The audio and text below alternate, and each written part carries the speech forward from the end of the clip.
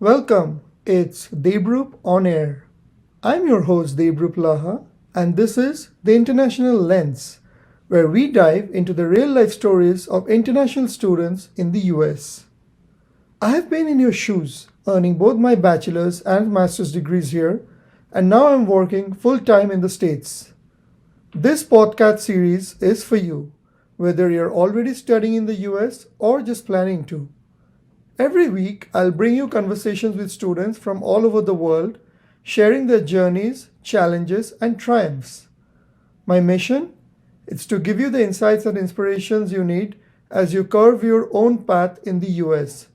So, whether you're dreaming of studying here or already on your journey, this podcast is your ultimate guide. Tune in and let's make your American adventure one to remember. Welcome, everyone, to today's episode of the International Lens as we dive deep into making the world a more sustainable place by, let's say, reducing waste and also lowering the carbon footprint.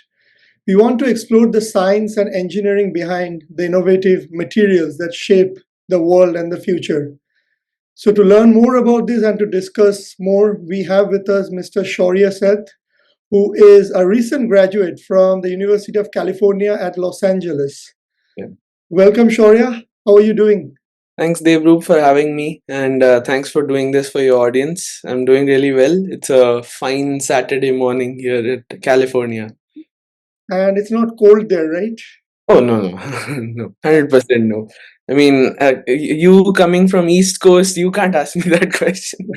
Yeah, because California is always pleasant. whenever I talk to people in California, they say that they are paying the extra taxes for the weather. So it's like the Yeah, weather and that's true. That's true. That might be true. The yeah, cost of living is high, but the weather is extremely pleasant here, all yeah. around here. I guess that's also one of the reasons why a lot of students coming from India and the South Asian countries choose California because weather does play a big part. 100%.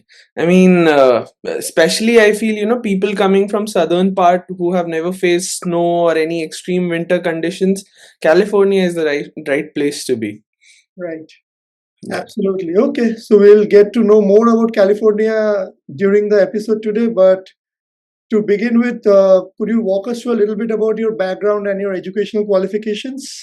Sure, sure. So I was born in 1998 and I hail from this place called Uttar Pradesh in India. And coming from a military background, I had to roam around all the northern states and all the way up to northeast. Okay. So yes, I have stayed in the Seven Sisters as well. And growing up, it was lovely, but then it kind of made me tough as well in terms of being flexible Mhm. and going with the flow, especially for the parameters which are uncontrollable. So it made me resilient as well. And yeah, I mean, my parents being in military, it was they were a disciplinarian at house, and things have to go on time, and you have to eat on time, and everything of that sort. But growing up was really nice. And then we finally moved to Mumbai in 2008. Yeah, since then my family has been in Mumbai, and yeah, we've been navigating my career and my sister's career in Mumbai, and it has been lovely so far. Right. So Yeah. you're coming from a very strict background, and you said you have been in the north and the northeast. So a Yes. shift from the cold weather to the warm weather in California. Oh yeah, yeah. So initial parts of my childhood was mainly in the Mhm. mountain area, and then plains, and then finally somehow I'm connected to water because Mumbai, as you know, is a coastal area. And then for my undergrad, I went to NIT Surathkal, Okay. close to Mangalore, which is again a coastal area. And then for my masters, I did at UCLA, as you introduced. So that again is a coastal area. And then Bay Area, I mean, it's close to the bay, it's close to the ocean. You can say kind of a coastal area, right? So from So the Arabian Sea to the Pacific Ocean. yes, yes. I mean, I like to classify it as, since I come from Mumbai, from Bollywood to Hollywood. Okay, Bollywood to Hollywood. I think Yeah. that's a better way to say it. Yeah. So your background is in metallurgy and material science, right? That's where you did your undergrad from.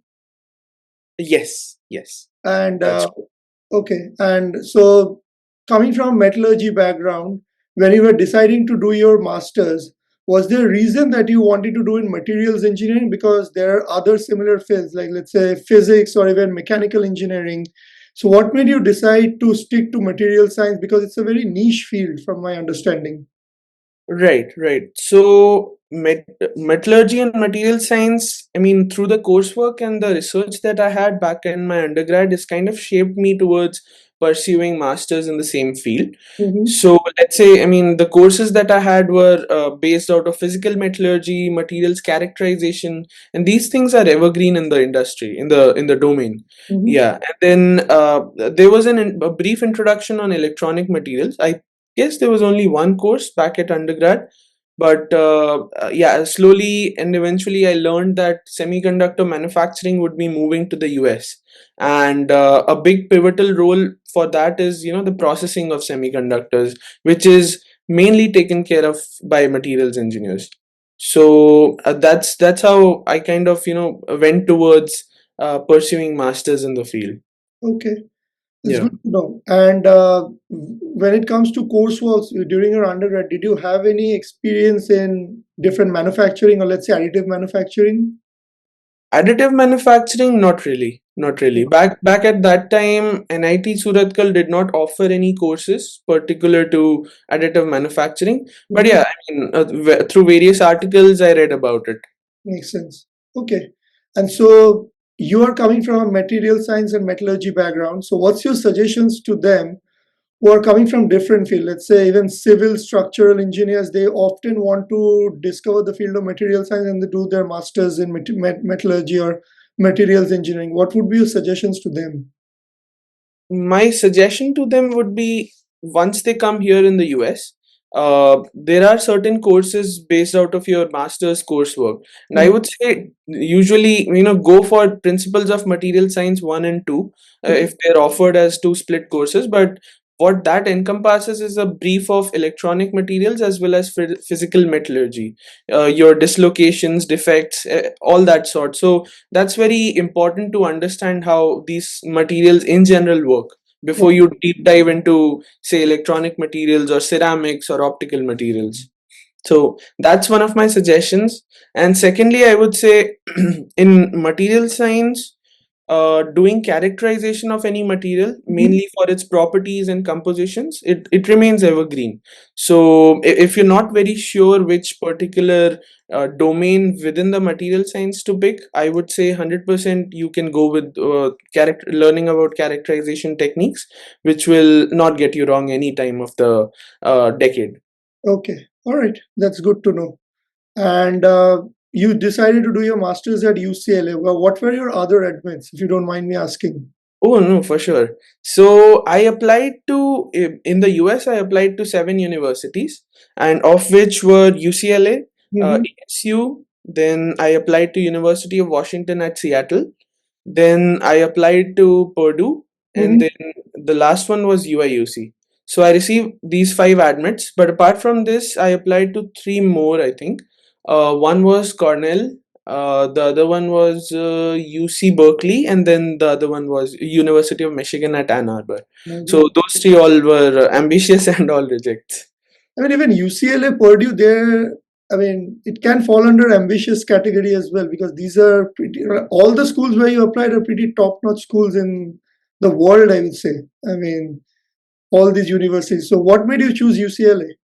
This, Oh, yeah. So regarding that, actually, even I had a YouTube video about that. okay. So yeah, so I received my admit back in 2020, the year of COVID, and as every parent was concerned, my parents were too. So we all decided that we should get an year's deferral. So I decided to join UCLA in fall 2021.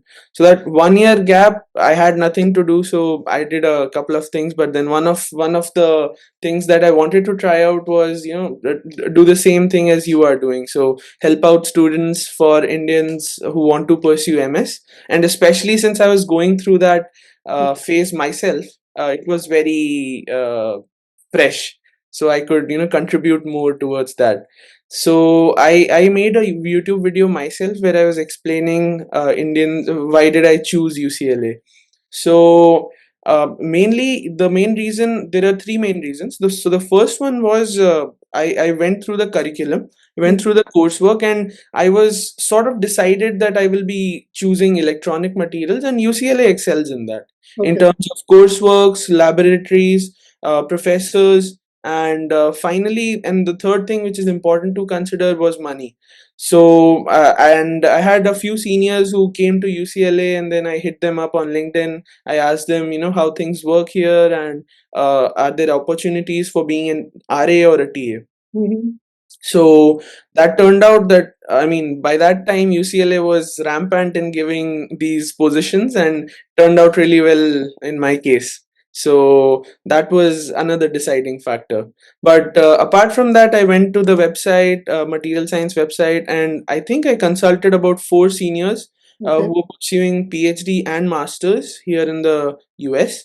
And I spoke to them about that. Okay, so since UCLA excels in electronic materials, and I've kind of focused on it, what sort of courses to go for, and what sort of professors to look out for. And it's always, I mean, if you're paying that much, I would say it's always good to do some sort of research here. And material science being a very rich field in terms of research. Yeah, I mean, material science, it's a field which will always move forward because all the chip manufacturing companies, they need the great minds of material scientists and material engineers. So definitely something 100%. that will stand out. And a fun fact here is when I was doing my bachelor's, Mm-hmm. I did my bachelor's in the US. So my Okay. undergraduate research was in 3D metal printing. Oh, okay. Nice. I was a little bit involved in additive manufacturing, and then coming to masters, my goal was to get into material science, and that's what one of my specialities was. But then life had other plans, and I switched to the HVAC industry, and that's where I'm in the construction sector now. So Right. yeah, I Right. mean, it's a full circle. As I think about it, you're talking about electronic materials and other things, and it brings me back some of the memories of what I did probably a decade back when I was Oh, okay. studying about the material synthesis and the characterization of different materials. I would say it's a very research oriented field. I Oh, mean, 100%. Yeah. you focus a lot on research. Yeah. Yeah. Cool. That's true. So, any of the courses at UCLA which stood out to you, which you want students to take in the future? I would say, and I mean, I did not take this course, but luckily I had good friends who, taught me, and then the current job that I have is because of them, because they taught me that course. So Okay. it was called Silicon CMOS, and so I mean, as always, as I mentioned before, I never studied about transistors, or I never studied about any sort of electronic materials courses per se back in Mhm. undergrad. So learning about silicon CMOS and device physics was very imperative, because here in the semiconductor industry, you can do processing for both. So transistors come as part of front end, and Okay. then you have back end where you have all the metal layers and vias and stuff. So the processing can be done in both the aspects, the front end and the back end. But learning about device physics is key. How does a device work? What's a threshold voltage? What's a source, drain, and gate? All those things. And I'm glad, I mean, because the professor curated a really nice group of slides, which I went through. I asked my friends some certain questions, Mhm. and my job here at Analog Devices in the Bay Area, Okay. uh, they asked me a bunch of questions, because the role itself was device integration engineer at back at that time. Okay. And you mentioned about silicon CMOS, right? What exactly is that? Like in easier words, if you need to explain. Okay, so CMOS is basically a complementary MOS, and you have MOS as in metal oxide Mhm. semiconductor, and you have two MOSFETs, and then you kind of arrange them in. One of them is the regular CMOS and the regular MOSFET, and the other one you flip it and attach it together. Yeah, so Uh, that's what a CMOS is. But yeah, MOSFETs in general we should know about. and is it widely used in all the like chip manufacturing and other companies, semiconductor companies? Oh yeah, yeah, yeah. I mean, a lot of companies they start the devices with CMOS, and then there are other things called a DMOS, a diffusion MOS, and then Okay. there is a lateral diffusion MOS, LD MOS. So, and then there is a BCD MOS. So there are different types of MOSFETs that exist, but I would say CMOS is the most basic one after learning about MOSFETs. And then, so if you learn about MOSFETs, CMOS is just another circuit level Okay. comp. Yeah. Makes sense. Yeah, okay.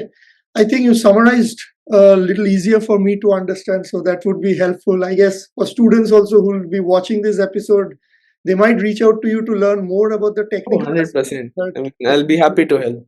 sure, thank you.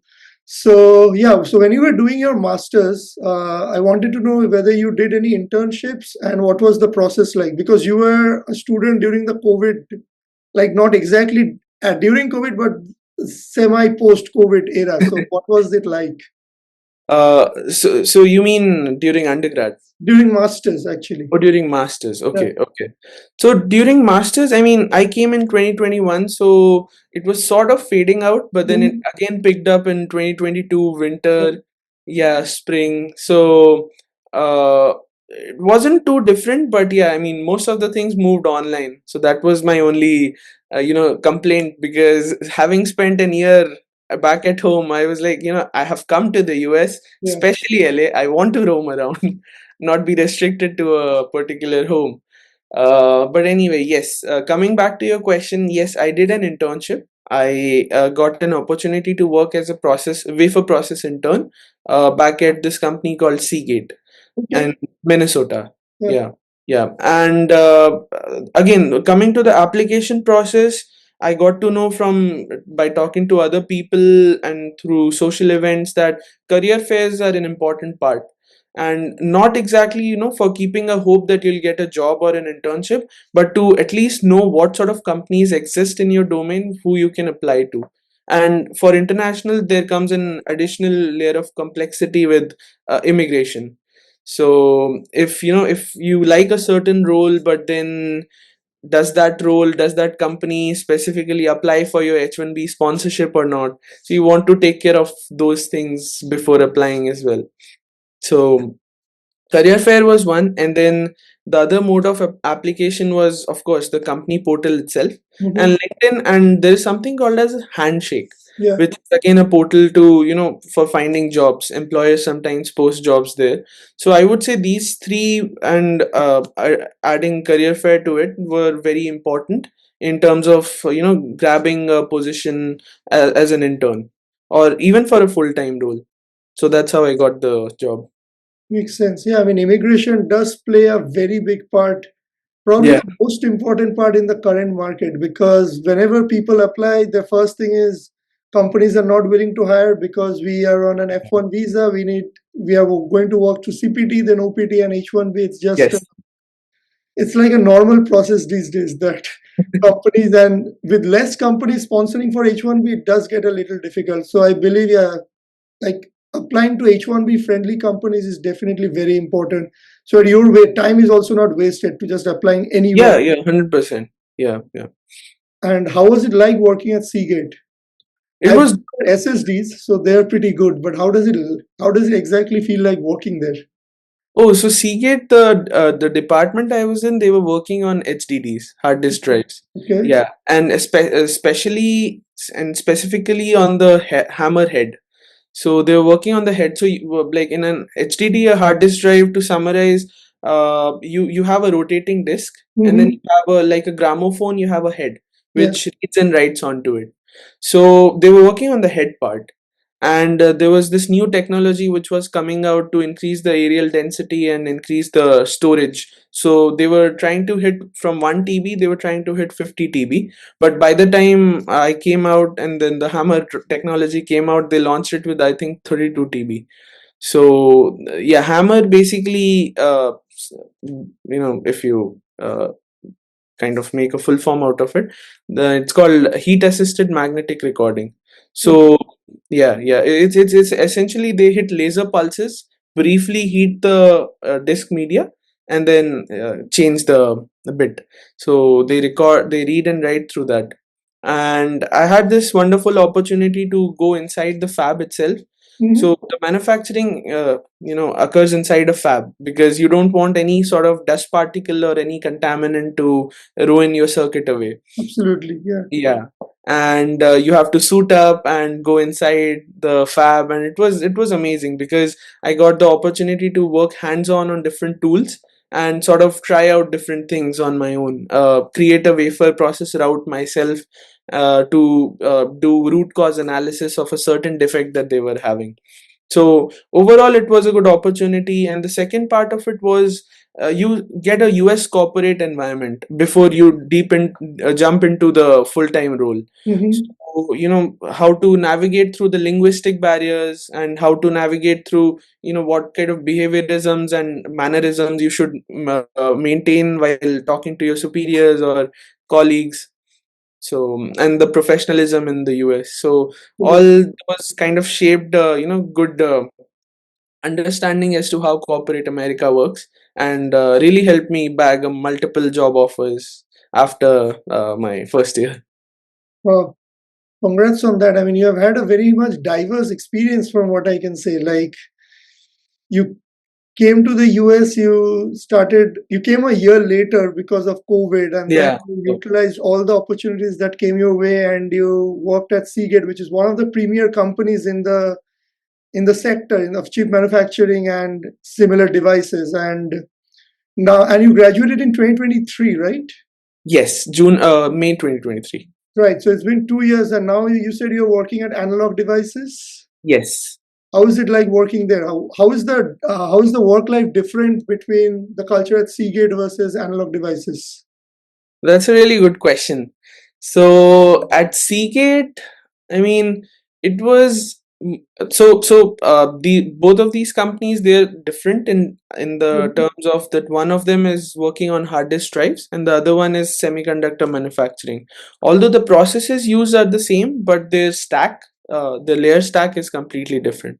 Okay. So from the technical standpoint, yes, it is different, but culturally, I would say it's more or less the same. And I like the professionalism which was there at Seagate and here at Analog Devices as well. And at Analog Devices, especially, I like the fact that there's good work life balance. Mhm. So, I get to spend time at home, I get to spend time at work, and every day, even though, if there's a deadline coming up, I don't feel too exhausted at the Okay. end of the day. So, that's a really good part of it. So the work-life balance is definitely important, right, in the Yeah. time of today. Yeah, it's really important because I've seen people slogging and then working and they don't get any time for personal growth, spending time with themselves, with their friends, and so that doesn't really help shape your mental health very well. And you want to definitely avoid the burnout. Yes, 100%. You don't want to burn out too soon. Yeah. And so now that you're in the industry for 2 years, what would be your suggestions for entry-level engineers who are now entering into the job applications phase in this crazy market? Yeah, that's a tough one to answer actually, because right now the job market has been very uncertain, Mhm. and although it's very unfortunate to say, people have been reaching me left and right to give referrals for the job role that they desire, but I can only give them a referral, but Yeah. me, sometimes organizes a hiring freeze or there's a promotional freeze or whatever. So that's always the case. But I mean, how people can navigate is, I would say, be open. Be Mhm. open to networking, be open to socializing back at university. If you have any sort of an event, a socializing event, just go, I would say. And if you have time, I would say, people can actually come up to the Bay Area because, as you know, a lot of tech companies exist here, Right. and there are multiple meetup apps or networking apps which people can use to attend events and tell them that they are available in the job market.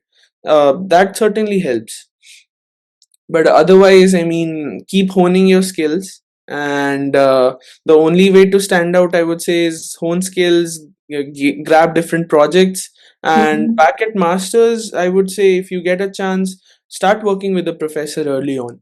So you can build a long term trust with the professor. Maybe he or she can help out with getting a job for you, or maybe help you release some papers, research papers. Does research papers help you when you're applying for jobs? Do companies actually look at publications? Well, not really, not really for jobs, but Okay. it's always good to build your profile, because as I mentioned initially, as internationals, we have to go through this hassle of immigration, right? Mm. So again, if we dive a little deeper into that, there are H1B categories, there is O1 categories. So Yeah. if you can get some research papers out of your masters, it certainly helps in Yes. terms of building your profile. Yeah. And I guess if you are working on a research project with your professor, you can always talk about that during your interviews as a potential experience which you are Yes. gaining Yes. while you are studying. Right, 100%. Because a research project actually counts as an experience. Mhm. Won't count as a corporate experience, but it'll definitely count as experience in terms of, you being able to apply the skill set that you gain, and that sort of experience. So, a thesis or a capstone project, that sort of things really do help, or even the work that you do as a research assistant. Makes sense. Okay, that's good to know. And I guess I heard somewhere that you're also the founder of a company. Is that Oh true? yeah, yeah. I mean, that's what I'm trying. I'm trying to balance both the things. Congrats on that. I mean, that is a big achievement. I mean, in the US, as an immigrant, it is not very easy. I mean, I'm pretty sure there are challenges Yep. associated with it. So, tell us a little bit about your company and how did you form it and what were the challenges and how did you overcome those? Sure. So we are very early age right now. I just formed a team. I just formed the name of the company. Believe me, that I feel that's the toughest job to do. Yeah, and we are yet to incorporate in the US, Okay. but that's where we stand. And so it's called Peach Manor. Peach Manor basically represents a blend of AI with fashion. And what we're trying to do with AI is to solve globally existent problems, such as you have problems of ill fitting, you have problems of high rate of returns, and you have indecisiveness problem, especially when you have a huge wardrobe and you have to decide what to wear for, let's say, a podcast like this, or let's say an event that you go out to meet people with. Mhm. And lastly, the problem of sustainability. So, and also, apart from these things, also enhance customer experience with fashion. So that's where we stand. And essentially, we want to use AI to be able to curate a specific dress for you based on your existing wardrobe. And you can also add certain styles which will be AI generated by us. You can add them to your wardrobe as well, if of course if you like them. And then moving on, we want to use AI for extracting body measurements through a simple photo. And then, yeah, and then AI would be able to predict the exact measurements of yours, and finally what size would fit you for what sort of fit, what sort of cloth that you're looking for. Because sometimes with different styles, different apparels, there comes different size charts, and you're not very sure. Let's say if a medium fits for you for one cloth, it might not be necessary that medium fits for another cloth. So Yeah. that's where we come in. We give you the body measurements and we predict the exact size based on the apparel you choose. So that way we remove the problem of fitting when the cloth comes and you try it out. And at the same time, I mean, if you're satisfied with it, why would you want to return it? Interesting. So for that, do you have partnership with any, like all the garment manufacturing companies or the brands? Yeah, so right now we are in talks. We are working with the few manufacturers back in India, Okay. and we're trying to navigate through which one would be the best for us going forward. And the other thing is, which we are focusing on, is getting a business partnership on board for doing the Mhm. AI-based body measurements. So we want to release ourselves with very minimum viable product. They call it MVP, Yeah. minimum features. Yeah, minimum features, so as to gain trust among the people and finally get to know what feedback they provide. Because I mean, essentially everything we do, every problem that we solve is for the benefit of customers. So a feedback from them would be crucial. Good. and that's what we look forward to. And I formed a team. We are working on it, but we yet to incorporate and launch. And are you when you're saying about incorporating in the US, you are on a visa currently, right? Yes, yes. So are there any challenges because you are on a visa? Is it possible to incorporate in the US while you're on a visa? Oh, yeah. That's a good question because this can be kind of a myth buster as well. Mhm. So, to incorporate a company in the US, you actually not, it's not necessary for you to even be able to set foot in the US. You can do it from outside the US as well. So, that works on your B1, B2 visa or your F1 visa. That's all cool. So, you should be able to incorporate without any visa restrictions.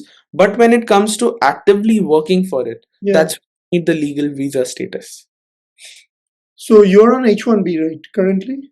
Oh no, actually, I am on F1 STEM OPT. Oh, you're still on STEM OPT. So when you'll be transitioning to H1B, will you be able to work on your current company, like your full-time job, which is an analog devices, as well as have your own startup at the same time on an H1B visa?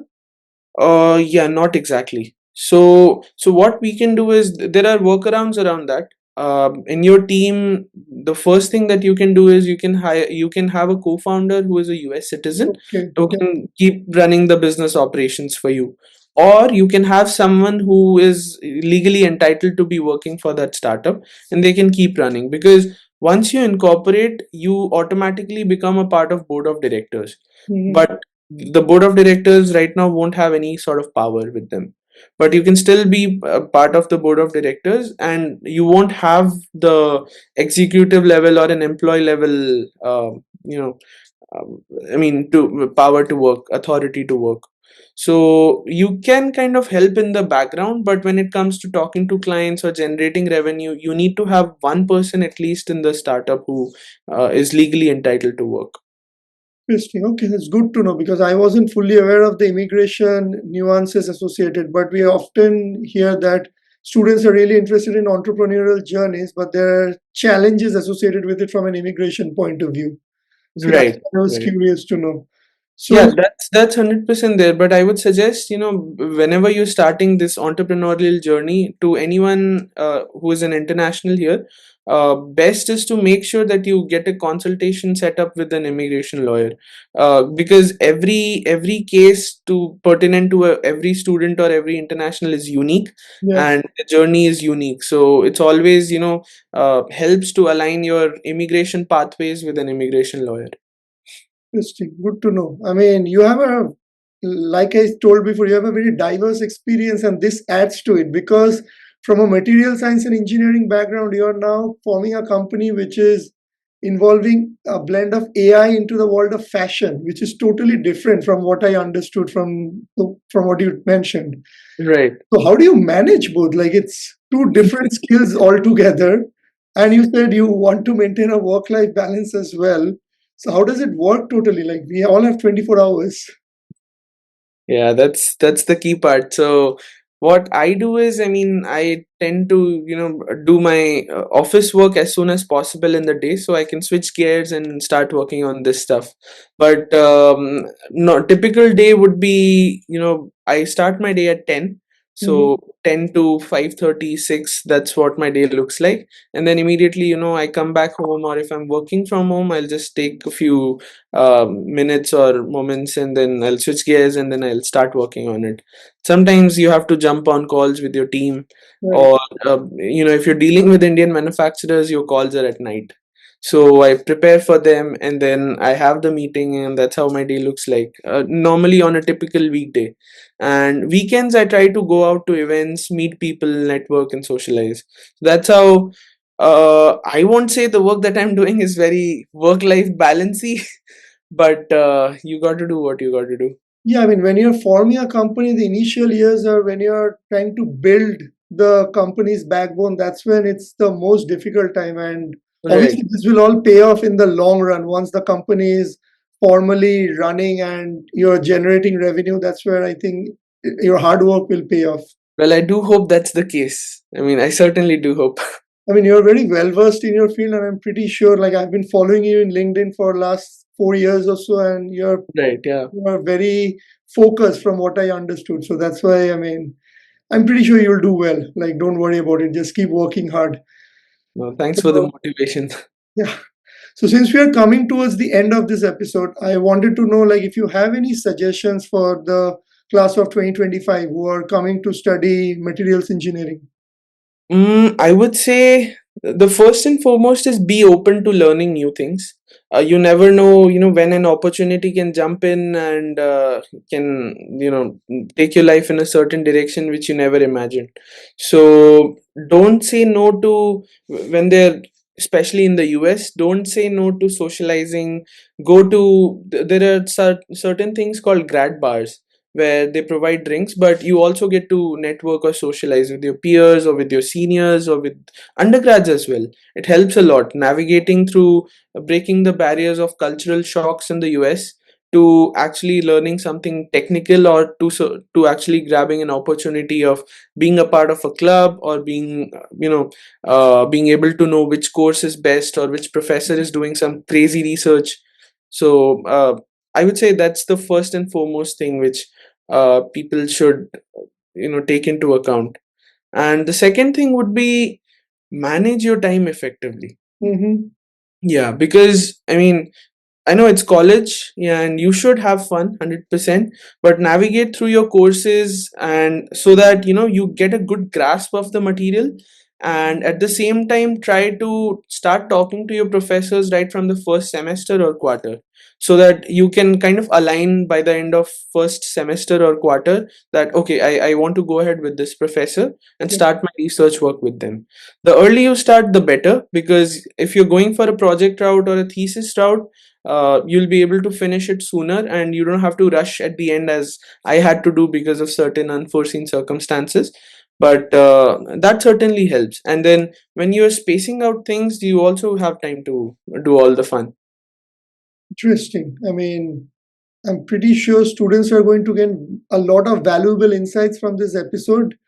And I mean, I want to continue this conversation on and on because it's very nice talking with you and learning about your skills, because I haven't spoken to too many material science engineers who are so well versed in their field and the technical aspects of things. You can always have a high level idea, but you Mhm. spoke very nicely about some of the technical aspects. And I mean, in the future, I'll probably invite you again for one more episode where we talk more into the technical aspect.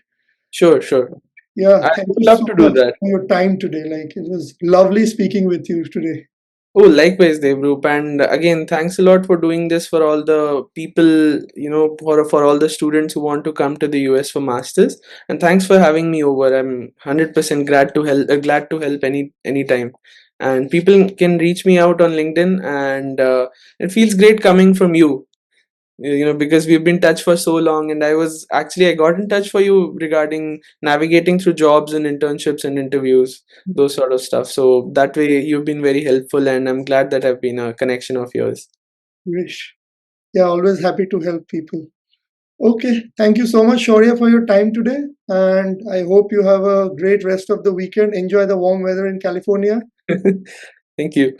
We'll be in touch soon. Sure, sure. Thanks a lot, Debu, and have a good day yourself. You too. Thanks. Thanks for tuning in. Got questions or suggestions? Drop me an email at daybrouponair@gmail.com. Catch you in the next episode. And don't forget to like, share, and subscribe.